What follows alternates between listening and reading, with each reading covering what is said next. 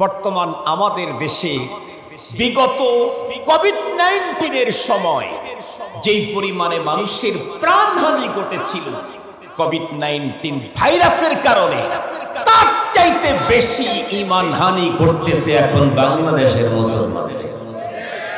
তার চাইতে বেশি ঈমানহানি ঘটতেছে। মনের অজান্তেই ঈমানকে বিক্রি করে দিচ্ছে। লালন করেছিল ঈমান, কিন্তু সেই ঈমান তার এক বক্তব্যের কারণেই শেষ হয়ে যাচ্ছে। ঈমান এক বক্তব্যের কারণেই শেষ হয়ে যাচ্ছে। আমাদের দেশের আগামী দিনে ক্ষমতার আসন যারা দেখতেছে, এই তো আগামী দিনে নির্বাচন হইলেই আমরা ক্ষমতায় পাব, এই জাতীয় লোকদের উল্টাপাল্টা বক্তব্য, সেটা যদি দেশ নিয়ে হতো সে একটা কথা ছিল, আমল নিয়ে হতো সে একটা কথা ছিল, ঈমান নিয়েই এমন উল্টাপাল্টা বক্তব্য। দেখেন না, কেউ কি বলে যে ব্যক্তিগত জীবনে ইসলামী শরিয়া মানি, পারিবারিক জীবনে ইসলামী শরিয়া মানি, সামাজিক জীবনেও মানি, রাষ্ট্রীয় জীবনে ইসলামী শরিয়া মানি না। বলেন তো দেখি তার ঈমান আছে না গেছে? আর একটু জোরে বলেন, ঈমান আছে না গেছে? যত বড় চেয়ার আর পাওয়ারের যত বড় লোকই হোক না কেন, কেউ যদি রাষ্ট্রীয় জীবনে ইসলামের শরিয়া মানে না, তাহলে তাকে ঈমানদার এ কথা দুনিয়ার কোনো মুমিনও বিশ্বাস করে না। মুহতারাম হাজিরিন, শুধু একটা বক্তব্যের কারণে আজকে ঈমান শেষ। আবার কেউ কেউ অন্যদের ইবাদতখানায়, তাদের পূজনীয় জায়গাতে গিয়ে, তাদের ধর্মীয় অনুষ্ঠানে গিয়ে তাদের মন জয় করবার জন্য কি বক্তব্য দিচ্ছে? ঈসা, মূসা, ইব্রাহিম, কৃষ্ণ, তৃষ্ণ, অমুক সেম। আপনারা কিছু বললেন না যে? আর একটু আসতে বলেন না, জোরে বলেন।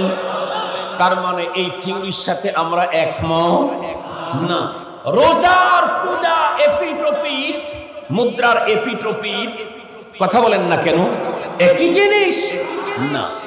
শুধুমাত্র কেবলমাত্র আগামী দিনে ক্ষমতার স্বপ্ন দেখে মুহূর্তেই তার ঈমানকে বিকিয়ে দিচ্ছে, বিক্রি করে ফেলতেছে, শেষ করে ফেলতেছে, খবরই তাদের নাই। আমার জীবনে এরকম হাজার হাজার মানুষকে পেয়েছি, যেই মানুষগুলা হয়তো বা তাদের যৌবনে মৃত্যুর কথা স্মরণে আসতো না, তার আবার ঈমানে কি আর বেঈমানি কি, মৃত্যুর কথাই স্মরণ আসতো না। এমনও মানুষ যারা সপ্তাহে 2 থেকে 3 বার সেভ করত, যারা শার্টের মধ্যেও যেটা শর্টকট টি শার্ট বেশি টাইট ফিট এটা পরত, যারা সপ্তাহে না মাসেও একবার আল্লাহকে সিজদা দেওয়ার জন্য আল্লাহর ঘরে যায় নাই, এই জাতীয় এই শ্রেণীর মানুষগুলিও বয়স যখন বাড়তে থাকে, কালো চুলের পরিবর্তে সাদা চুল যখন বের হতে থাকে, তখন সাদা কাপড়ের কথা ধীরে ধীরে মনের ভিতরে ঢুকতে থাকে। সাদা চুল যখন বের হয়, দাড়ি মোছ মাথায়, সাদা চুল গজাইলেই তার কাফনের কথা তখন মাথার মধ্যে ঢুকতে থাকে। দেখা হলেই কি বলে? আগে বলতো, হুজুর একটা ব্যবসা শুরু করতেছি, দোয়া করেন আল্লাহ যেন বরকত দেয়। আগে বলতেন, হুজুর বাইরের সাথে একটা ব্যবসার নেটওয়ার্ক হচ্ছে, দোয়া করেন, আগামী মাসে চায়নায় যাচ্ছি, একটু ভালো করে দোয়া করেন। হুজুর আমরা দিনের কাজ করব, বলতেন, দোয়া করেন। আগে কি বলতো? হুজুর ছেলেটাকে তো বিয়ে শাদী দেওয়া দরকার, একটু দোয়া করেন। এই জাতীয় হাজার দোয়া চাই। সেই লোকটাই এখন দোয়া চায়, হুজুর আল্লাহ জানি মরণটা ঈমানের সাথে দেয়, মরণের পরে যেন জান্নাত নসিব হয়। ঠিক বললাম? যে কোনো মুমিন মুসলমান তার জীবনের লেটেস্ট সর্বশেষ আকাঙ্ক্ষা হলো পরপারে আল্লাহ পাকের জান্নাতে চলে যাওয়া, জান্নাতের মালিকানা পাওয়া। আমরাও তো মনে হয় জান্নাতেই যেতে চাই নাকি? সবাই। কিন্তু আমার জিজ্ঞাসা হলো, যেই জান্নাতে যেতে চাই, যেই জান্নাত পেতে চাই, এই জান্নাতটা কি দাদা বাড়ির সম্পদের ভিতরেরই একটা আইটেম? শুধু দাদা মরলেই বাবার পরে আমি পেয়ে যাব, এরকম কিছু? নানা বাড়ির কোনো একটা না, এটা দাদা বাড়িরও না, নানা বাড়িরও না। তো জান্নাত কে বানিয়েছেন? আল্লাহ। জান্নাতের মালিকানা কার? আল্লাহ। আল্লাহ পাকের জান্নাত আমি যেতে চাই, এই জান্নাত আমি পেতে চাই। আল্লাহর জান্নাত যদি আমি নিতে চাই, পেতে চাই, তাহলে কেমনে নিব? খুব ভালো করে বুঝবার জন্য একটা মিসাল দিলে ভালো বুঝবে। এই যে আমার হাতে চশমা, এই চশমাটার আমি মালিক, আমি কিনেছি। এই চশমাটা যদি আপনারা কেউ নিতে চান, পেতে চান, তাহলে দুইটা পদ্ধতি, একটা হলো বৈধ পদ্ধতি আর একটা অবৈধ পদ্ধতি। অবৈধ পদ্ধতি, বৈধ পদ্ধতি কি? আমি যেভাবে দিতে চাই সেভাবে নিতে পারবেন। আমি যদি বলি আমি এটা 3000 টাকা দিয়ে বানিয়েছি, এটা নিলে আমাকে 4000 টাকা দিতে হবে, তাহলে আপনি নিতে চাইলে 4000 টাকা দিয়ে নিতে হবে।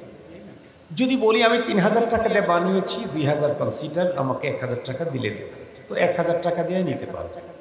যদি বলি 1 টাকাও দিতে হবে না, আপনাকে আমি ফ্রি দেব, নিতে পারবেন। অবৈধ পন্থায় এই চশমা আমার কাছ থেকে নিতে পারেন, এটা দুনিয়াতে সিস্টেম আছে। সেটি কি? জোর করে নিলেন, গসব করলেন, ছিনতাই করলেন, চুরি করলেন, এই জাতীয় কোনো একটা পদ্ধতিতে নিয়ে নিলেন। তা আমি জিজ্ঞেস করতে চাই, আল্লাহর জান্নাতে যেতে চাই, আল্লাহর জান্নাত পেতে চাই, বলুন তো দেখি, জান্নাত পাওয়ারও কি এই দুই পদ্ধতি আছে, বৈধ আর অবৈধ? একটু ভালো করে বুঝে বললেন। আল্লাহর জান্নাত কেউ ছিনতাই করতে পারবে, আল্লাহর জান্নাত কেউ গসব করতে পারবে, আল্লাহর জান্নাত কেউ জোর করে নিতে পারবে, আল্লাহ পাকের জান্নাত কেউ চুরি করতে পারবে? পারবে না। তাহলে আল্লাহর জান্নাত পেতে চাই, নিতে চাই, তাহলে বৈধ পন্থাতেই নিতে হবে, নাকি বলেন? এখন কথা হলো, আমি যে পেতে চাচ্ছি জান্নাত, আসলে কি আল্লাহ পাক জান্নাত কি বেচে দিবেন? আমি যে নেব তার কাছ থেকে, উনি কি কাউকে দিবেন? হ্যাঁ দিবেন। তো কাকে দিবেন? কোন পদ্ধতিতে দিবেন? খুব ভালো করে বুঝবেন। তো আল্লাহ পাকের কোরআনের দিকে তাকাইলে দেখা যায় আল্লাহ তার জান্নাতটাকে বিক্রি করতে চান, তবে যে কোনো কাস্টমারের কাছে বিক্রি করবেন না। নির্ধারিত এক শ্রেণীর কাস্টমারের কাছে আল্লাহ জান্নাত কিনতে চান, বিক্রি করতে চান। আমি আপনি যদি ওই জান্নাত পেতে চাই, তাহলে আমাকে জান্নাতের খরিদারের ওই কাতারে শামিল হতে হবে। কার কাছে আল্লাহ জান্নাত বিক্রি করতে চান? কোরআনে হাকিমে আল্লাহ তাআলা বলেন, ইন্নাল্লাহা আশতারা মিনাল মুমিনিনা আনফুসাহুম ওয়া আমওয়ালাহুম বিআন্না লাহুমুল জান্নাহ يقاتلون في سبيل الله فيقتلون ويقتلون। এখান থেকে আমি যে জিনিসটা নিচ্ছি সেটি হলো, আল্লাহ বলেন মুমিনের জান মাল আল্লাহ কিনে নিয়েছেন, বিনিময়ে দিবেন কি? কথা বলেন না কেন? জান্নাত। তাহলে জান্নাত আল্লাহ আমাদেরকে দিবেন, বিনিময়ে আমার কাছ থেকে কি নিবেন? আমার জানমাল নিবেন। কিন্তু জান্নাত যে বিক্রি করবেন, বা কার কাছে বিক্রি করবেন? আল্লাহ প্রথমেই বলে দিয়েছেন মিনাল মুমিনিন। আমার জান্নাতের খরিদার হতে চাইলে তোমাকে নাম্বার 1 মুমিন হতে হবে। যার কাছে ঈমান নাই সে জান্নাতের কাস্টমার হওয়ার যোগ্যতাই নাই। যার কাছে কি নাই? ঈমান নাই, সে জান্নাতের কাস্টমার, খরিদার হওয়ার যোগ্যতাই নাই। তাহলে এতটুকু তো বুঝে ফেললাম, আল্লাহ তার জান্নাত বিক্রি করে দিবেন, সেও ঈমানদারের কাছে। এখন আমি আমার কথাটাকে তেলাওয়াতকৃত আয়াতে কারিমার সাথে মিলাবার জন্য একটু আরেক দিকে যাচ্ছি। সেটি হলো কোরআনে হাকিম এবং হাদিস মন্থন করলে যেটা জানা যায়, সেটা পৃথিবীর পরপারের মানুষ, যত হাসরের ময়দানে যত মানুষ যাবে, যত মানুষ মানে কি, পৃথিবীতে যারা আসছে তার অর্ধেক মানুষ হাসরের ময়দানে উঠবে না? সবাই আর একটু জোরে বলেন। আল্লাহর কোরআন আল্লাহ তাআলা স্পষ্ট বলেন, কুল্লু নাফসিন দাইকাতুল মাউত সুম্মা ইলাইনা তুরজাউন। প্রত্যেক প্রাণীকে মৃত্যুর স্বাদ গ্রহণ করতে হবে এবং সবাইকে আমার কাছে রিটার্ন ব্যাক আসতে হবে। ময়দানে মাহশরে যত মানুষ জমা হবে, সমস্ত মানুষগুলা হবে 3 অবস্থা। কেউ প্রথম চান্সে জান্নাতে যাবে, আর জীবনে কোনোদিন জান্নাত থেকে বের হতে হবে না। কেউ প্রথম চান্সে জাহান্নামে যাবে, কোনোদিন চেষ্টা করে জাহান্নাম থেকে বেরোতে পারবে না। আর একটা গ্রুপ থাকবে, প্রথমে জাহান্নামে যাবে, এরপরে দীর্ঘমেয়াদী স্বল্পমেয়াদী নানামেয়াদী সাজা ভোগের পর জান্নাত পাবে। আমি আপনাদেরকে জিজ্ঞাসা করতে চাই, আমরা যারা জান্নাতি হতে চাই, আলোচনা দিয়ে বুঝলাম জান্নাতি হবে দুই প্রকার। এক প্রকারের মানুষ প্রথম চান্সে জান্নাতি দুখুলে আউয়ালি, কোনো রকমের দুঃখ বেদনা টাচ করা ছাড়াই। আর এক প্রকারের মানুষ জাহান্নামের সাজা ভোগের পরে গিয়া জান্নাত পাবে। আমরা কোন গ্রুপে থাকতে চাই? এটা আওয়াজ করেন। আপনাদের আওয়াজ না করার কারণে আমার আলোচনার সময় 20 মিনিট কমায় দিলাম। ইনশাআল্লাহ 12টা বাজার 10 মিনিট আগে আমি বয়ান শেষ করে দেব ইনশাআল্লাহ। এখন তাও কথা ভালো করে বলেন, কথাগুলো শুনেন। প্রথম চান্সেই যদি কোনো ব্যক্তি জান্নাতে ঢুকতে চায়, নিরঙ্কুশ কোনো রকমের সাজা শাস্তি টাচ করা ছাড়া দুখুলে আউয়ালি, তাহলে তার জন্য কি লাগবে? রব্বুল আলামিন তার জন্য কি লাগবে এ ব্যাপারে রব্বুল আলামিন কোরআনে হাকিমের ভিতরে দুইটা ফর্মুলা বর্ণনা করেছেন। একটা লং প্রসেসিং, একটা শর্ট। একটা হলো লং, এখানে কর্মসূচি হলো 4টা। আল্লাহ তাআলা বলেন, ওয়াল আসরি ইন্নাল ইনসানা লাফি খুসর ইল্লাল্লাযীনা আমানু ওয়া আমিলুস সালিহাত ওয়া তাওয়াসাউ বিল হাক্কি ওয়া তাওয়াসাউ বিস সাবর। কর্মসূচি কয়টা? 4টা। আরেকটা শর্ট পদ্ধতি আছে। শর্ট পদ্ধতিতে কর্মসূচি কয়টা? মাত্র 2টা। আল্লাহ বলেন, ইন্নাল্লাযীনা আমানু ওয়া আমিলুস সালিহাত কানাত লাহুম জান্নাতুল ফিরদাউসি নুজুলা খালিদিনা ফিহা লা ইয়াবগুনা আনহা হিওয়ালা। মাত্র 2টা কর্মসূচির অধীনে একজন মানুষ টোটাল লাইফ যদি কাটাইতে পারে, আর এক ভাষায় বলি, আর এক পদ্ধতিতে টোটাল লাইফে যদি একজন মানুষ কমপক্ষে 2টা পুঁজি অর্জন করতে পারে, একটা হলো ঈমান আর একটা নেক আমল, রব্বুল আলামিন বলেন আমি তাকে মেহমানদারি করাবো জান্নাতুল ফিরদাউস। এখন যদি কেউ বলে হুজুর মাত্র 2টা পুঁজি অর্জন করলে যদি জান্নাতুল ফিরদাউসে মেহমানদারি হয়, তাহলে যেই লোক 4 পুঁজি অর্জন করলো তাকে কোন জান্নাত দিবেন? কারণ জান্নাতুল ফিরদাউসের উপরে তো আর জান্নাত নেই। যদি বলেন তাকেও জান্নাতুল ফিরদাউস দেওয়া হবে, তাইলে তো হুজুর যিনি 4 কর্মসূচি 4 পুঁজি অর্জন করলেন তার একটু ঠকা হয়ে গেল না? এমন প্রশ্ন যদি করেন তাহলে এর উত্তরটা আগে দেই, তারপরে আলোচনা সামনে বাড়াই। আপনারা যারা ইন্টারন্যাল অথবা ইন্টারন্যাশনাল এয়ারওয়েজে চলাফেরা করেছেন, ডোমেস্টিক অভ্যন্তরীণ বিমানে অথবা আন্তর্জাতিক রুটে যারা বিমানে চলাফেরা করেছেন, তারা জানেন বিমান একটাই, কিন্তু বিমানের ভিতরে সিট হলো 2 প্রকার। একটা হলো বিজনেস ক্লাস আর একটা হলো ইকোনমি। একই বিমান, সিট 2 প্রকার, business class, economy class. Economy ক্লাসের একটা টিকিটের ফেয়ার যদি হয় 50,000, বিজনেস ক্লাসের টিকিটের ফেয়ার 1,10,000, ডাবলের চাইতে বেশি। বিমান একটাই, তো এত কম বেশি কেন? বিমান একটা হলে কি হবে, সিট এবং ওইখানকার সেবা সবকিছুতে অন্যরকম। বিজনেস ক্লাসের টিকিট যার আছে তাকে কোথাও গিয়ে সিরিয়াল ধরতে হয়, সরাসরি ঢুকে পড়ে। ইকোনমি ক্লাসে লম্বা 300 জনের সিরিয়াল, 500 জনের সিরিয়াল ধরতে হয়।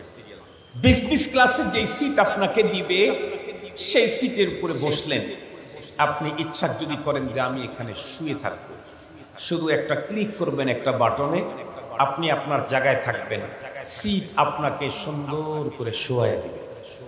পাশে যদি থাকে আপনার ফ্রেন্ড অথবা আপনার স্ত্রী, মরে চাচ্ছে যে না একটু ওই দিকে ঝুঁকে যাই, তার এই কি বলে ইসের কাঁধের উপরে একটু মাথা রাখি, তাহলে আপনার বডিটা এভাবে বাঁকা করে দিতে হবে না, একটা জায়গায় ক্লিক করবেন, আপনার পুরা বডি সিটটাই বাঁকা করে নিয়ে স্ত্রীর মোটামুটি কাঁধের উপরে আপনার মাথাটা দিয়ে দেন। এরপরে যদি মনে চায় যে আমি না একদম সোজা হয়ে বসবো, এক কথা অনেক রকমের মুভিং হবে ওই সিট। শুধু কি তাই, ইকোনমিক ক্লাসের প্যাসেঞ্জারদেরকে 4 ঘন্টা 5 ঘন্টার সফর হলে একটা নাস্তা দেওয়া হয়, একটা ভারী খাবার দেওয়া হয়। আর যদি আপনি এরপরে কিছু পেতে চান তাহলে আপনাকে উপরে সুইচ থাকে, সুইচ টিপতে হয়। সুইচ টিপ দিলে ওইখানে একটা লাল বাতি জ্বলে ওঠে, একটা আওয়াজ করে। তখন বিমানবালারা বুঝে যে আমাদেরকে কোনো এক প্যাসেঞ্জার স্মরণ করছে, তো আগে এসে জিজ্ঞেস করে কি চাই, একটু পানি চাই। কিন্তু আপনি যদি বিজনেস ক্লাসের প্যাসেঞ্জার হন, আপনাকে পানি চাইতে হবে না। কিছুক্ষণ পর পর বিমানবালা গিয়ে জিজ্ঞেস করবে স্যার কি চাই, স্যার কি চা, কফি, এটা কি কোল্ড না হট, কালা, ব্ল্যাক নাকি হোয়াইট, কত রঙের জুস চান, কোন জাতীয় জুস। একই বিমান হলে কি হবে, কিন্তু দুই জায়গার অবস্থান মজার তারতম্য অনেক বেশি। 4 পুঁজি বসিয়ে যারা পরপারে আল্লাহর জান্নাতুল ফেরদাউসের মালিক হবে তারা বিজনেস ক্লাস পাবে।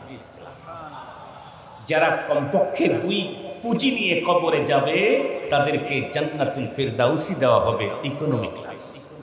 তাহলে তো আর কারো ঠকা নাই।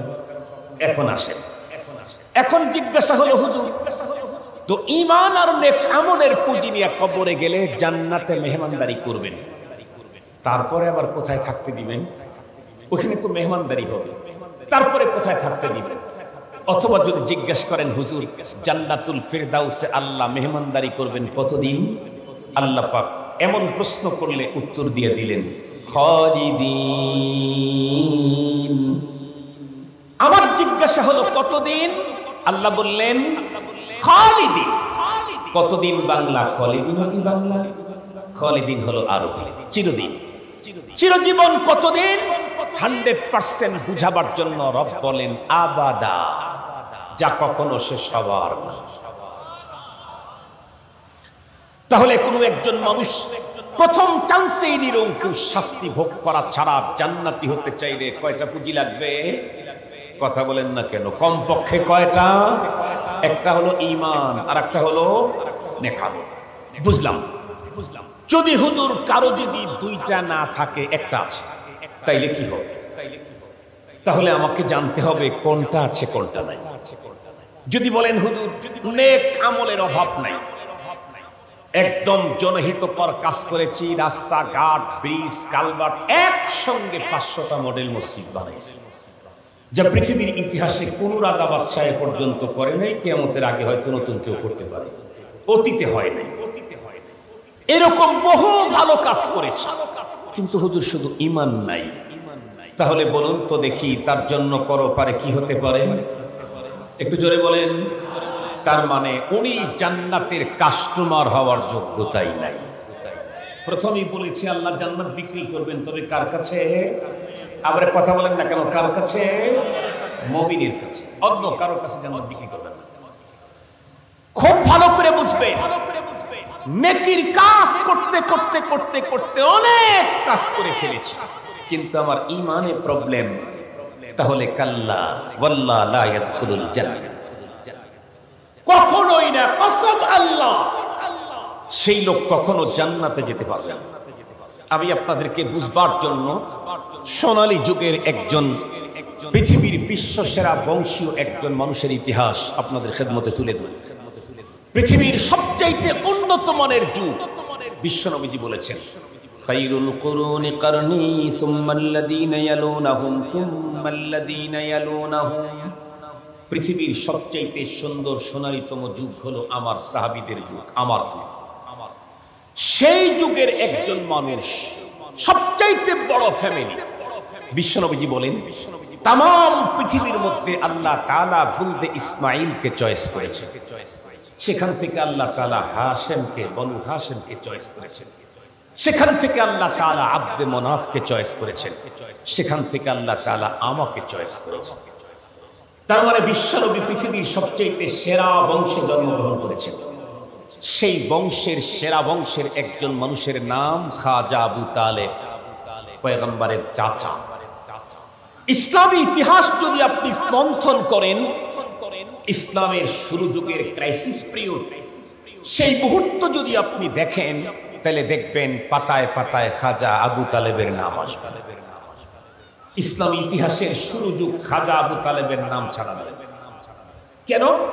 খাজা আবু তালেব ইসলামের শুরু যুগে এত বেশি কোরবানি করেছে নবীজির জন্য এবং নবীজির আনিত দ্বীনের জন্য, যা কিয়ামত পর্যন্ত মানুষ বলতে থাকবে, স্মরণ করতে থাকবে। কি পরিমাণে মেহনত করেছে এটা বোঝাবার জন্য অনেক বেশি কথা বলা দরকার নাই। একটা মাত্র ঘটনা আপনাদেরকে শোনাই। বিশ্বনবী সাল্লাল্লাহু আলাইহি ওয়াসাল্লাম মক্কাতুল মুকাররমায় যখন দাওয়াতের কাজ শুরু করলেন, নবী তো দাওয়াত দিচ্ছেন তাওহীদের, কারো তো বিপক্ষে বলেন নাই নবীজি, তাওহীদের দাওয়াত দিচ্ছেন। কিন্তু তাওহীদের কথা বলার কারণে শিরক, কুফর, নেফাক যা আছে সবের বিপক্ষে চলে গেছে।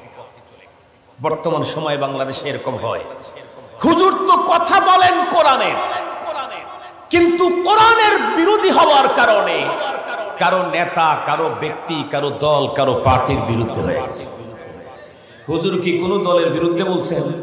হুজুর বলেছেন কোরআনের কথা, হাদিসের কথা, দ্বীনের কথা, কিন্তু ওনার নেতার বিরুদ্ধে হয়েছে কেন? নেতা কোরআন বিরোধী। ওনার দলের বিরোধী হয়েছে কেন? দল কোরআন বিরোধী। এ কারণে এখন হুজুরের উপরে চড়াও হয়। এটা হলো সেই আগের চরিত্র, ওই যুগের মানুষের চরিত্র। খুব ভালো করে বুঝবেন, সমস্ত মক্কার গোত্রের লোকেরা মহাজোট করল। এক পর্যায়ে খাজা আবু তালেব বিগ বস তার কাছে এসে বলল, নেতাজি, আপনার ভাতিজা সব ধর্মের বিরুদ্ধে কথা বলে, সকল গোত্রের বিরুদ্ধে কথা বলে, এটা মেনে নেওয়া যায় না। আপনি অ্যাকশন নেন, বন্ধ করেন, নাইলে আমরা আপনার বিরুদ্ধে সিদ্ধান্ত গ্রহণ করতে কুণ্ঠাবোধ করব। বিশ্বনবী সাল্লাল্লাহু আলাইহি ওয়াসাল্লামকে তার চাচা ডাকলেন, ডেকে বললেন, ভাতিজা, সব গোত্র ধর্ম সবার বিপক্ষে তুমি কথা বলো বাবা, এখন সবাই তো মহাজোট করেছে, আমাকে সে সিগন্যাল দিয়েছে, তোমাকে কাছ থেকে বিরত থাকতে হবে। বিশ্বনবী সাল্লাল্লাহু আলাইহি ওয়াসাল্লাম তখন বললেন, চাচা, আমি তো এটা করতে পারবো না। কেন? বুইসতু লিহাদাল আমর, আমাকে তো পৃথিবীতে এই কাজে মিশন দিয়েই পাঠিয়েছে। আল্লাহ পাকের কোরআন আল্লাহ বলেন, হুয়াল্লাযী আরসালা রাসূলাহু বিল হুদা ওয়া দীনিল হক লিইয়ুযহিরাহু আলাদ-দীনি কুল্লিহি ওয়ালাউ কারিহাল মুশরিকুন। তিনি ওই সত্তা যিনি রাসূলকে পাঠিয়েছেন দ্বীনে হক দিয়ে, যাতে করে সকল বাতিল ধর্মের উপরে দ্বীনে হককে বিজয় করে। শুধু কি তাই না, রব্বুল আলামিন নিজেই তার রাসূলকে ডেকে বললেন, কুল হাযিহি সাবিলি আদউ ইলাল্লাহ আলা বাসীরাতিন আনা ওয়া মানিত্তাবা'নি। আল্লাহ পাক ডাইরেক্ট অর্ডার করলেন, কুল, হাবিব আমার, আপনি ওপেন ঘোষণা করেন, হাদিহি সাবিল, এটা আমার কাজ, আমি মানুষকে আল্লাহর দিকে আহ্বান করব, এটা আমার কাজ, এটা আমার জিম্মাদারি। এই কারণে আমি পৃথিবীতে এসেছি। পয়গম্বর সাল্লাল্লাহু আলাইহি ওয়াসাল্লাম কে চাচা তখন মুস্কি হাসিতে বললেন, বাবা, তাহলে তুমি তোমার মিশনের কাজ তোমার মতো করে চালাইতে থাকো, যতক্ষণ পর্যন্ত আমার দেহের ভিতরে রূহ আছে ততক্ষণ পর্যন্ত আমি তোমাকে মিয়াওয়া জিয়াদা শেল্টার সহযোগিতা করে। শুধু এতটুকু নয়, খাজা আবু তালেব শুধুমাত্র কেবলমাত্র তার ভাতিজা পয়গম্বর সাল্লাল্লাহু আলাইহি ওয়াসাল্লামকে এমন আশ্বস্ত করেছিলেন না, বরং উনি তার কাজে কর্মে মিয়াওয়া জিয়াদা প্রমাণ করে দিয়েছেন। মক্কার লোকেরা যখন দেখলো মুহাম্মদ সাল্লাল্লাহু আলাইহি ওয়াসাল্লাম দ্বীনের তাবলীগ থেকে নিজেকে বিরত রাখছেন না, তখন সকল গোত্রের লোকেরা সম্মিলিত খাজা আবু তালেবের ফ্যামিলির বিরুদ্ধে বয়কট শুরু করলো। একদম 100 ফয়সালা হলো, খাজা আবু তালেব এবং তার পরিবারের কারো সঙ্গে কেউ কথা বলতে পারবে না। তারা যদি কথা বলতে আসে তার কোনো প্রশ্ন করে উত্তর দিতে পারবে না, তাদের কাছে তোমরা কেউ বসতে পারবে না। তারা তোমাদের কারো নিকটে বসতে চাইলে তাদেরকে বসার জন্য ফ্লোর দিবা না, তাদের কাছে কোনো কিছু বিক্রি করবা না, তারা কোনো কিছু বিক্রি করতে চাইলে তাদের কাছ থেকে খরিদ করতে পারবা না, তাদেরকে সালাম দিবা না, সালাম দিলেও তাদের উত্তর দিতে পারবা না। এক কথা 100% বন্ধুরা আমার বয়কট শুরু করে দিল। 1 বছর 2 বছর 3 বছর পর্যন্ত এমনই কঠিন দুর্বিষহ জীবন। এক পর্যায়ে জীবন চলতে চলতে চলতে চলতে জীবন বাঁচানোর তাগিদে খাজা আবু তালেব তার ফ্যামিলির লোকেরা গাছের পাতা খেয়ে কোন রকম করে জীবন বাঁচানো শুরু করলো। তবুও বন্ধুরা আমার পয়গম্বর সাল্লাল্লাহু আলাইহি ওয়াসাল্লামের পিছু ছাড়ে নাই, এমনকি পয়গম্বরের দ্বীন হকের এরশাদ বন্ধুরা আমার সহযোগিতা থেকে একটু পিছপা হয় নাই। খুব ভালো করে বুঝবেন, ইসলামের শুরু যুগে ক্রাইসিস পিরিয়ডে যেই খাজা আবু তালেব বিশ্বনবীর জন্য এতটুকুন কোরবানি করলো, শুধু বিশ্বনবীজির জন্যই কোরবানি করেন নাই, পয়গম্বরের আনিত দ্বীনের জন্য এমন কোরবানি করলেন যেই কোরবানির মতো কোরবানি আমার আপনার জীবন বন্ধুরা আমার 10,000 মুসলমানকে এক জায়গায় করলেও খাজা আবু তালেবের কোরবানি সমান হবে না। এরপরেও বলুন তো দেখি, খাজা আবু তালেব যখন দুনিয়ার থেকে চলে গেলেন তখন তার ঈমান নসিব হয়েছিল নাকি? যার কারণে বলুন তো দেখি, খাজা আবু তালেব জান্নাতি না জাহান্নামী? খুব ভালো করে বুঝবেন, যে সমস্ত মানুষের কাছে অনেক বেশি নেক আমল আছে কিন্তু ঈমান নাই, তাদের ব্যাপারে একদম স্পষ্ট কথা, এই লোকটা পরপারে কোনোদিন জান্নাতের মালিকানা তো দূরের কথা, জান্নাতের দেখাও পাবে না। এই কথাটা বললাম কেন? বর্তমান আমাদের দেশে বিগত কোভিড-19 সময় যেই পরিমাণে মানুষের প্রাণহানি ঘটেছিল কোভিড-19 ভাইরাসের কারণে, তার চাইতে বেশি ঈমান হানি ঘটতেছে এখন বাংলাদেশের মুসলমানদের। তার চাইতে বেশি ঈমান হানি ঘটতেছে। মনের অজান্তেই ঈমানকে বিক্রি করে দিচ্ছে। লালন করেছিল ঈমান, কিন্তু সেই ঈমান তার এক বক্তব্যের কারণেই শেষ হয়ে যাচ্ছে। ঈমান এক বক্তব্যের কারণেই শেষ হয়ে যাচ্ছে। আমাদের দেশের আগামী দিনে ক্ষমতার আসন যারা দেখতেছে, এই তো আগামী দিনে নির্বাচন হইলেই আমরা ক্ষমতায় পাব, এই জাতীয় লোকদের উল্টা পাল্টা বক্তব্য, সেটা যদি দেশ নিয়ে হতো সে একটা কথা ছিল, আমল নিয়ে হতো সে একটা কথা ছিল, ঈমান নিয়েই এমন উল্টা পাল্টা বক্তব্য। দেখেন না, কেউ কি বলে যে ব্যক্তিগত জীবনে ইসলামী শরিয়া মানি, পারিবারিক জীবনে ইসলামী শরিয়া মানি, সামাজিক জীবনেও মানি, রাষ্ট্রীয় জীবনে ইসলামী শরিয়া মানি না। বলেন তো দেখি তার ঈমান আছে না গেছে? আর একটু জোরে বলেন, ঈমান আছে না গেছে? যত বড় চেয়ার আর পাওয়ারের যত বড় লোকই হোক না কেন, কেউ যদি রাষ্ট্রীয় জীবনে ইসলামের শরিয়া মানে না, তাহলে তাকে ঈমানদার এ কথা দুনিয়ার কোনো মুমিনও বিশ্বাস করে না। মুহতারাম হাজিরিন, শুধু একটা বক্তব্যের কারণে আজকে ঈমান শেষ। আবার কেউ কেউ অন্যদের ইবাদতখানায়, তাদের পূজনীয় জায়গাতে গিয়ে, তাদের ধর্মীয় অনুষ্ঠানে গিয়ে তাদের মন জয় করবার জন্য কি বক্তব্য দিচ্ছে? ঈসা, মূসা, ইব্রাহিম, কৃষ্ণ, তৃষ্ণ, অমুক সেম। আপনারা কিছু বললেন না যে?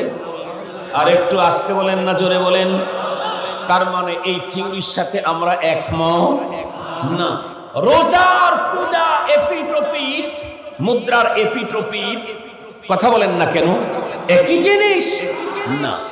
শুধুমাত্র কেবলমাত্র আগামী দিনে ক্ষমতার স্বপ্ন দেখে মুহূর্তেই তার ঈমানকে বিকিয়ে দিচ্ছে, বিক্রি করে ফেলতেছে, শেষ করে ফেলতেছে, খবরই তাদের নাই। আসলেই যখন নির্বাচন, বাংলাদেশের মুসলমানদের ঈমান বিক্রির হিরিক লেগে যায়। ছোট নেতা, পাতি নেতা, হয়তোবা ইউনিয়ন পরিষদ অথবা ওয়ার্ড কমিশনার হবে, ওয়ার্ডের মেম্বার হবে, সেও মাত্র কয়েকজন হিন্দু ভোটারের ভোট পাওয়ার লালসায় শারদীয় দুর্গা উৎসব তাদের শুভেচ্ছা জানায়। কথা বলেন না কেন? হিন্দুদের ধর্ম তারা পালন করবে, আমরা সেখানে বাধার সৃষ্টি করতে যাব না। রাষ্ট্র তাদেরকে নিরাপত্তা দেবে, এটা ঠিক আছে, কিন্তু হিন্দুদের পূজনীয় কোন জিনিসের প্রশংসা করবার পারমিশন কোন মুমিনের, কথা বলেন না কেন, কোন মুমিনের নাই। কোন মুমিন যদি কোন হিন্দুদের পূজনীয় অন্য ধর্মের যে কোনো ইবাদত অথবা মাবুদ তাদের প্রশংসা করে, তাহলে তার ঈমান নাই। দুঃখের সাথে বলতে হয়, এই বাংলাদেশে চিকিৎসা দেওয়া আর এক ভয়ঙ্কর জ্বালা। সেটি হলো কি দেখেন, আমরা দেখি আলহামদুলিল্লাহ 53 বছর বয়স হয়েছে, যত মানুষ শারীরিকভাবে অসুস্থ হয়, দীর্ঘদিন চিকিৎসার পরে সুস্থ হয় না, পরে বড় ডাক্তারের কাছে যায়। ডাক্তারকে বলে, স্যার আমার এই সমস্যা দেখেন তো। ডাক্তার অনেক বড় ডাক্তার, ওনার কথাবার্তা শুনে ওনার আন্দাজ হয়েছে এই জাতীয় রোগ হতে পারে, কিন্তু 100% এটা মানে নিশ্চিত হওয়ার জন্য উনি বলে যে ভাই আমি তো কিছু বুঝেছি, তবে একটু টেস্ট করে আসেন, দেখি টেস্টে আপনাকে কি রিপোর্ট দেয়। টেস্টের যখন রিপোর্ট আসছে, দেখে তার ভয়ঙ্কর রোগ ক্যান্সার হয়েছে। বলুন তো দেখি, কোন রোগীকে টেস্টের রিপোর্ট দেখার পরে যদি বলে ভাই আপনার ক্যান্সার হয়েছে, এ কথা শুনেই রোগী কি ডাক্তারকে মারতে যায়? কথা বলেন না কেন? ডাক্তারের কাছে আরো বিনয়ের সাথে তখন বলে, স্যার তাহলে আমাকে একটু সুস্থ থাকার কি ফর্মুলা আছে সেটা বলেন, কি করলে, কোথায় গেলে, কার কাছে গেলে আপনি যদি চিকিৎসা করতে পারেন ভালো, না হয় রিফার্ট করে দেন, না হয় বিদেশে পাঠান, তবু আমি এই রোগ নিয়ে চলতে চাই না, এটা আমার সুস্থতা বিঘ্নিত করবে, আমি মরে যাব। পক্ষান্তরে এই দেশের ঈমানদারদের সামনে যখন হযরত উলামায়ে কেরাম ঈমান বিধ্বংসী জার্মের কথা উল্লেখ করে, কারো ভিতরে সেই জার্ম থাকলে সেটা যখন বলা বক্তব্য মঞ্চে যখন বলে, পরের দিন অথবা মঞ্চেই সাহস থাকলে, সুযোগ থাকলে সেই বক্তার বিরুদ্ধে অ্যাকশন নেওয়ার জন্য দাঁড়ায় যায়। তার মানে কি আপনার কাছে আপনার জীবনের চাইতে ঈমানের দাম কম? কথা বলেন না কেন? জীবন রক্ষার জন্য, সুস্থতার জন্য যেই ডাক্তার আমাকে ক্যান্সারের মতো ভয়ঙ্কর রোগের কথা বলে বলল, ভাই তোমার ভিতরে তো ক্যান্সারের রোগ আছে, আমরা সেই ডাক্তারকে কোনোদিন মারতে গেলাম না, কারণ সে আমার শুভাকাঙ্ক্ষী। এখনো যদি চিকিৎসা নিতে পারি আল্লাহ পাক রব্বুল আলামিন ভালো করে দিবেন। পক্ষান্তরে একজন আলেমে দ্বীন, আমার বক্তব্য, আমার লেখনী, আমার বন্ধুরা, আমার চলাফেরা আর কাজকর্ম দেখে যদি সে আমাকে বলে তোমার ভিতরে নেফাক আছে, তোমার ভিতরে শিরিক আছে, তোমার এই কথার ভিতরে শিরিকের গন্ধ আছে, এই কথা বলার পরে পরেই আমার তো প্রয়োজন ছিল সেই হুজুরকে মিষ্টি খাওয়ানো, তার কাছে গিয়ে স্পেশালি দেখা করার, বলা হুজুর এই শিরিক আর নেফাকটাকে আমার অন্তর থেকে দূর করতে হবে, নাইলে তো আমাকে চিরস্থায়ী জাহান্নামের আগুনে পুড়তে হবে। কোন পথে, কোন পন্থায়, কোন প্রেসক্রিপশনে আমি শিরিক মুক্ত হব, আমি নেফাক মুক্ত হব, আমার অন্তরটা, ঈমানটা 100% নিট এন্ড ক্লিন হবে, এই কথা না বলে যেই হুজুর বন্ধুরা আমার বলেছে তার বিরুদ্ধে অ্যাকশন শুরু হয়ে যায়। এটা হলো এদেশের মানুষের চরিত্র। আসলে এদেশের মানুষ কোন কোয়ালিটি, কোন সিস্টেমের যিনি তৈরি করছেন উনি ভালো জানবেন। আমাদের গবেষণায় ধরা বড় কঠিন। স্বাস্থ্যের প্রবলেম যে ডাক্তার ধরে দিল, তার সাথে বন্ধু স্বরূপ আচরণ, ঈমান আর আখলাক আর চরিত্রের ভয়ঙ্কর অবস্থা যেই ডাক্তার আমার সামনে উপস্থাপন করলো, আলেম, তার বিরুদ্ধে দলীয় একে একই অ্যাকশনে যাওয়া, এটা হলো ভয়ঙ্কর মস্তিষ্ক বিকৃতির এক চিহ্ন বহন করে, তাছাড়া আর কিছু না। মুসলমান ভাইরা আমার খুব ভালো করে বুঝবেন, আমি নিজের চোখে দেখেছি বাংলাদেশের হাজার হাজার মানুষ এমন আছে, আল্লাহ পাক রব্বুল আলামিন যাদেরকে প্রচুর প্রাচুর্য দান করেছেন, কিন্তু দিনের দিকে অতটুকু আগানো না। বাবাকে খুব মহব্বত করেন, বাবা মা দুনিয়া থেকে চলে গেছেন, এই জাতীয় কোনো একজন মানুষ বন্ধুরা আমার নিজের চোখে দেখেছি, বাবা ইন্তেকালের পরে 3 দিনের পরে, 5 দিনের পরে, 7 দিনের পরে, 10 দিনের পরে, 40 দিনের পরে, আরো বিভিন্ন সময় খাওয়ায়া দাওয়া পিতামাতার রুহের মাগফিরাতের জন্য ব্যবস্থা করে। এটা অত্যন্ত ভালো জিনিস, তবে দিন ঠিক করার কোনো বন্ধুরা আমার সিস্টেম শরীয়তের মধ্যে নাই। একজন মানুষ মারা গেলে তার রূহের মাগফিরাত কামনা করার জন্য প্রথম নাম্বার জিম্মাদার হলো তার সন্তান। আল্লাহ পাক রব্বুল আলামিন এই পৃথিবীতে বন্ধুরা আমাদেরকে পাঠিয়েছেন, আমাদের ঘরে সন্তান পাঠাইতেছেন। আল্লাহ পাক আমাদের জিম্মায় সন্তানের হক দিয়েছেন, সন্তানের জিম্মায় আমাদের হক দিয়েছেন। সন্তানের জিম্মায় আল্লাহ পাক রব্বুল আলামিন পিতা মাতার যত হক দিয়েছেন মৃত্যুর পরে, তার ভিতরে একটা বড় হক হলো বাবা ইন্তেকালের পরে বাবার মাগফিরাত কামনা করা, আল্লাহর কাছে তার গুনাহ মাপ নিয়ে নেওয়া। এরপরে বাবা দুনিয়ার থেকে চলে গেছে, তেমন কি বন্ধুরা আমার বেশি নেকি নিয়ে যেতে পারে নাই। এ বাবার জীবনে তো অনেক নেকি দরকার হবে পরপারে, তাহলে তুমি তোমার বাবার অ্যাকাউন্টে নেকি পৌঁছিয়ে দাও। পদ্ধতিটা কি হবে তাও কোরআনে হাকিমে আল্লাহ পাক রব্বুল আলামিন শিখিয়ে দিয়েছেন। এ কারণেই তো কোনো একজন দিনদার সন্তান তার বাবার ইন্তেকালের পরে হাত দুখানি উঁচু করে আল্লাহর কাছে আরজি দমা দেয়, রব্বানা ইগফির লানা ওয়া লিওয়ালিদাইনা ওয়া লিউস্তাদিনা ওয়া লিশাইখিনা। আল্লাহ তুমি আমাকে মাফ করো, আমার পিতামাতারে মাফ করো। এই আবেদন জমা দিলেই আল্লাহ পাক রব্বুল আলামিন তার মরহুম পিতামাতার গুনাহ মাফ করে দেয়। এরপরে আরো আবেদন কি, ওয়াকুর রব্বিরহামহুমা কামা রব্বায়ানি সগীরা। রব্বুল আলামিন শিখাইছেন তুমি বলো রব্বিরহামহুমা, আয় আল্লাহ আমার আব্বা আম্মাকে ওই আদর সোহাগ ভালোবাসা দাও, তার সকল চাহিদাগুলি তুমি কবর জগতে পূরণ করো, পরপারে পূরণ করো। যেমনটি আদর সোহাগ ভালোবাসা দিয়ে আমাদের চাহিদা পূরণ করেছেন আমাদের পিতা মাতা। এই দোয়া যদি পৃথিবীতে কোনো সন্তান তার মা বাবার জন্য করে, তাহলে বন্ধুরা আমার অক্ষরে অক্ষরে তার বন্ধুরা আমার এই দোয়া কবুল হয়ে যায়। সূরাতুল ফাতিহা পড়ে নেকি ঢোকে, সূরাতুল ইখলাস পড়ে তার আমল নামায় নেকি ঢোকে। এভাবে নেকি ঢুকতে ঢুকতে এক সময় এমন হয়ে যায় সন্তানের কারণে তার তামাম গুনাহ মাফ হয়ে গেছে। অল্প নেকি নিয়ে গিয়েছিলেন কিন্তু এখন তার নেকির পাহাড় হয়ে গেছে। কিন্তু শর্ত হলো খুব ভালো করে বুঝবেন, এদেশের ভিতরে অনেক বিত্তবান আছে বাবার ইন্তেকালের 20 বছর পর্যন্ত বাবাকে ভুলে নাই। বাবার ইন্তেকালের তারিখ বন্ধুরা আমার মৃত্যু বার্ষিকী পালন করতে গিয়া লক্ষ টাকা কোটি টাকা ব্যয় করে দেয়। বার্ষিকী পালন করা নিষিদ্ধ, কিন্তু বাবার জন্য সবরেসানি করার কোনো নিষিদ্ধতা নেই। খুব ভালো করে বুঝবেন, হাজার হাজার কোটি টাকাও যদি আপনার বাবা মায়ের ইন্তেকালের পরে যদি আপনি দান করেন, এই দান আপনার বাবা মার আমল নামায় ঢোকার জন্য শর্ত হলো দুর্বল ঈমান হলেও ঈমান নিয়ে কবরে যেতে হবে।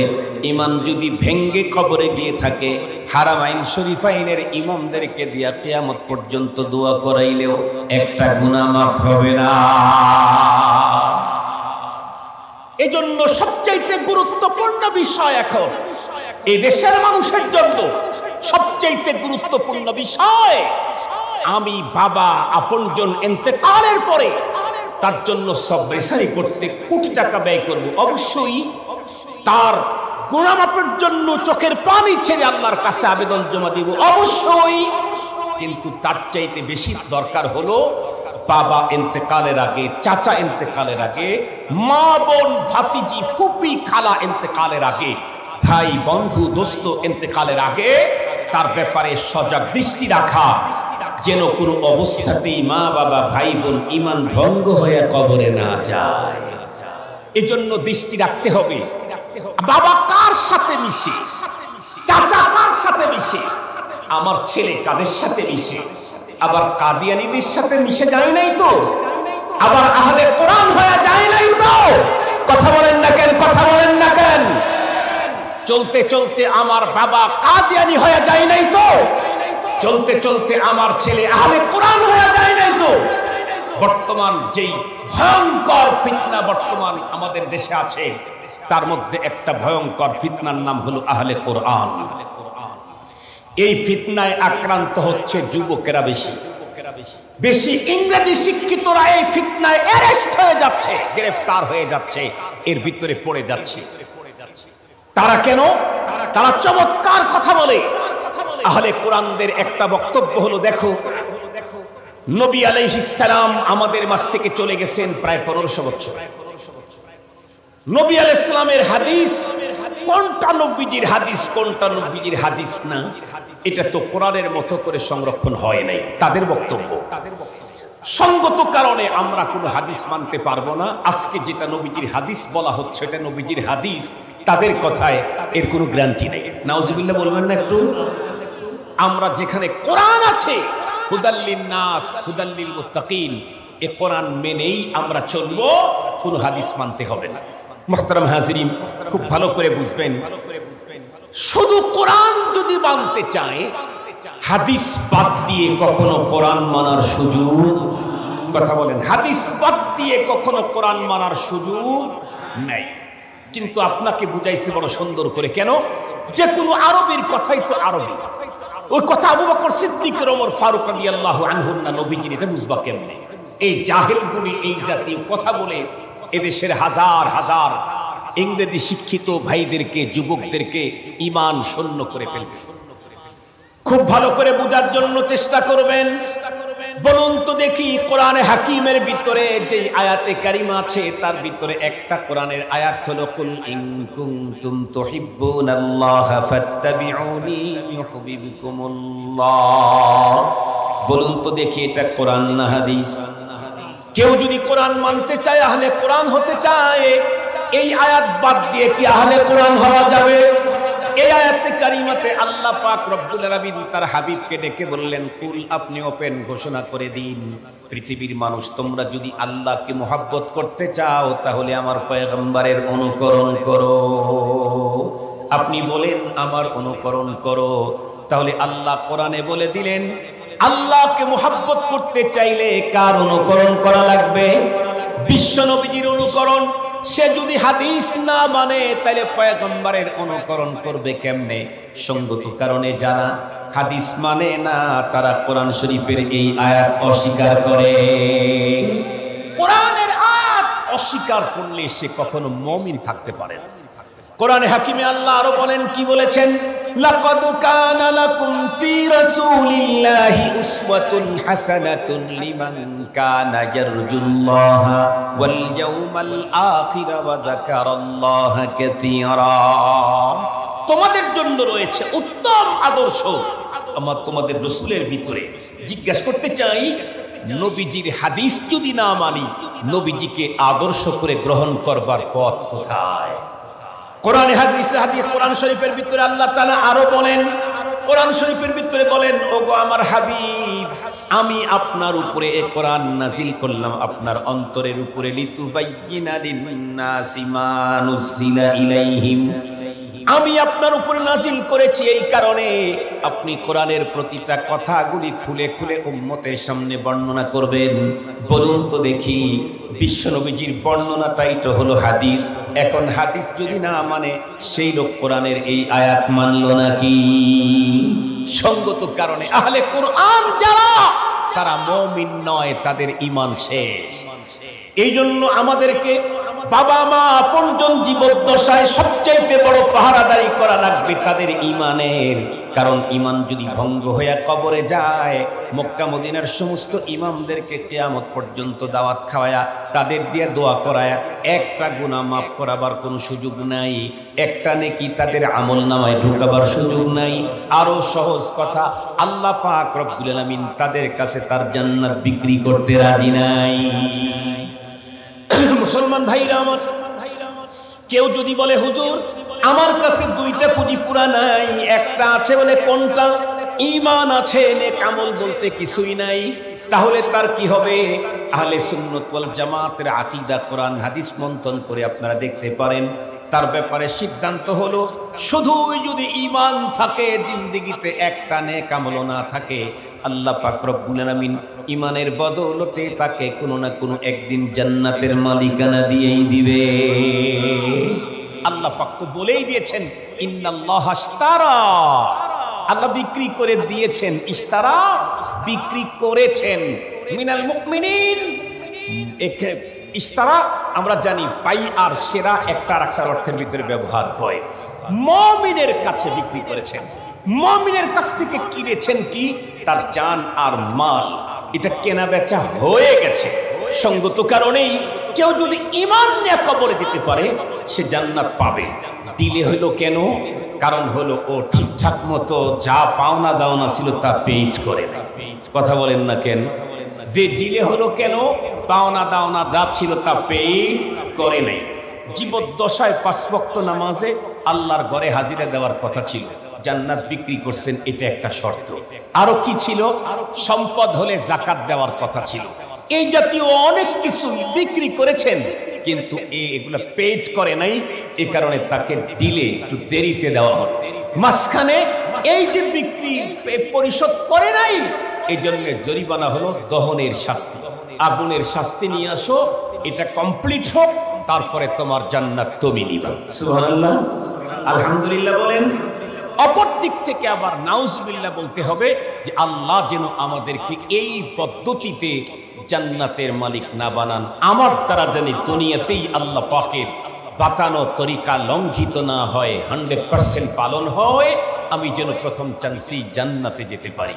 এই জন্য আমার আহ্বান আপনাদের কাছে যতদূর পর্যন্ত যায়, ব্যবসায়ী ভাইদেরকে বলবো, রাজনৈতিক বন্ধুদেরকে বলবো, অন্যান্য পেশাজীবীর সকলকেই বলবো, আমরা যেহেতু পরপার বিশ্বাস করি, আখিরাত বিশ্বাস করি, জান্নাত জাহান্নাম বিশ্বাস করি, আর জান্নাতেরই আকাঙ্ক্ষা রাখি, সঙ্গত কারণেই আমলে যদি একটু ত্রুটি হয়, না হয় কিছুক্ষণের জন্য মেনে নিলাম, কিন্তু খবরদার ঈমান যেন ভেঙ্গে না যায়। তাহলে বিশ্বনবী হওয়ার পরেও ঈমান না থাকার কারণে ইসলামের জন্য এত কুরবানি, খাজা আবু তালেবের ইসলামী ইতিহাসের পাতায় পাতায় খাজা আবু তালেবের নাম আছে। সিরাতুল নবীর কিতাব পড়েন, সেখানে তার নাম আছে। ইসলামী ইতিহাস পড়েন, সেখানে তার নাম আছে। নামগুলি নেকেট ভাবে নাই, খারাপ ভাবে নাই, ইসলামের পক্ষেই তার আলোচনা আছে, ইসলামের পক্ষে তার কোরবানির কথা আছে। কিন্তু জান্নাত পাবেন না, নবীকে দিয়েও পরে সুপারিশ করায় জান্নাত তার জন্য হবে না। ঈমান ছাড়া আখিরাতে নবী সুপারিশ করলে যদি জান্নাত পাওয়া যেত, তাহলে খাজা আবু তালেব জান্নাতি হতো। ঈমান ছাড়া নবী সুপারিশ করলেই যদি জান্নাত পাওয়া যেত, ইব্রাহিম আলাইহিস সালামের আব্বা জান জান্নাতি হয়ে যেত। নবী সুপারিশ করলে, ঈমান ছাড়া যদি জান্নাতে যাওয়া যেত, হযরতে লূত পয়গম্বরের আলাইহিস সালামের রফিকায়ে হায়াত, জীবন সঙ্গিনী, আহলিয়া, তার ওয়াইফ জান্নাতে পেয়ে যেত।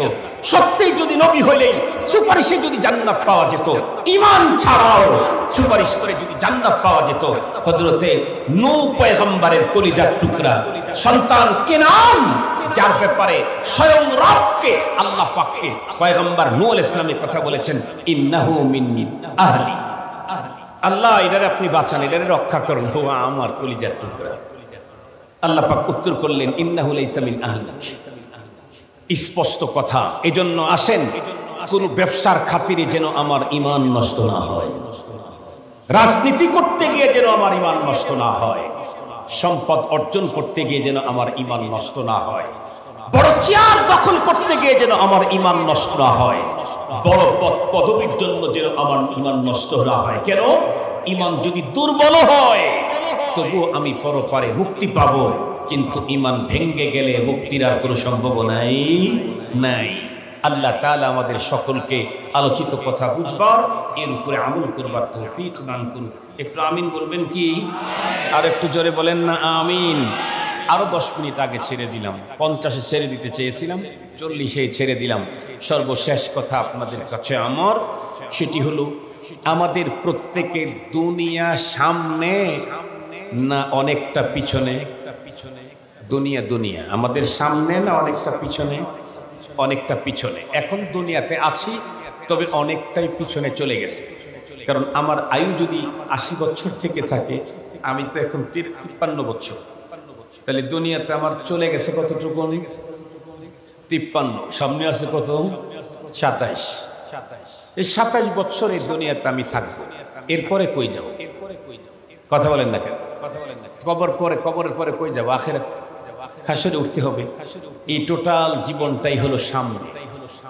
যেটা গেছে পাস দা পাস, যেটা চলে গেছে তো চলেই গেছে, কোনোভাবেই সেটা আমি আর ভোগ করার, সেটা পাওয়ার কোনো সম্ভাবনা নাই। আলা লাইতা শাবাবা ইয়াউদু ইয়াওমান ফাউখবিরুহু বিমা ফাআলাল মুশিক। এটা জীবন আর ফিরবে না। সামনের জীবনটা যেন আমার সুখের হয়, শান্তির হয়, নিরাপত্তার হয়, আরামের হয়।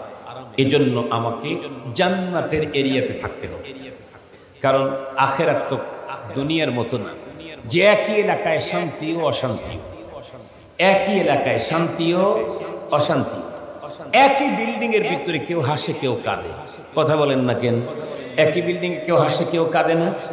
বাদি দিলাম এই বাসা ওই বাসাটা বাদি দিলাম, হাসপাতালে যান, এই রুমে এক রোগী, ওই রুমে আর এক রোগী, ওই রুমে বাচ্চা আজকে জন্ম নিল, সবাই হাসতেছে মিষ্টি খাচ্ছে, এই রুমের রোগীটা এখন মারা গেল, চিৎকারে পুরো হাসপাতাল ভেঙে যাচ্ছে। কথা বলেন না কেন? এটাই তো দুনিয়া, এটাই দুনিয়া। একই রুমে একটা টাইমে কেউ হাসে কেউ কাঁদে, কেউ এখন বিবাহের পিড়িতে বসছে, কেউ এখন কথা বলেন না কেন কবরস্থানে যাওয়ার জন্য লাশটা খাটের উপরে বসছে। ঠিক বললাম? এ হলো দুনিয়া। আখিরাতটা কিন্তু ভিন্ন। সুখের এরিয়া ভিন্ন, ওইখানে কোনো দুঃখ নাই। দুঃখের এরিয়া ভিন্ন, ওখানে কোনো সুখ নাই।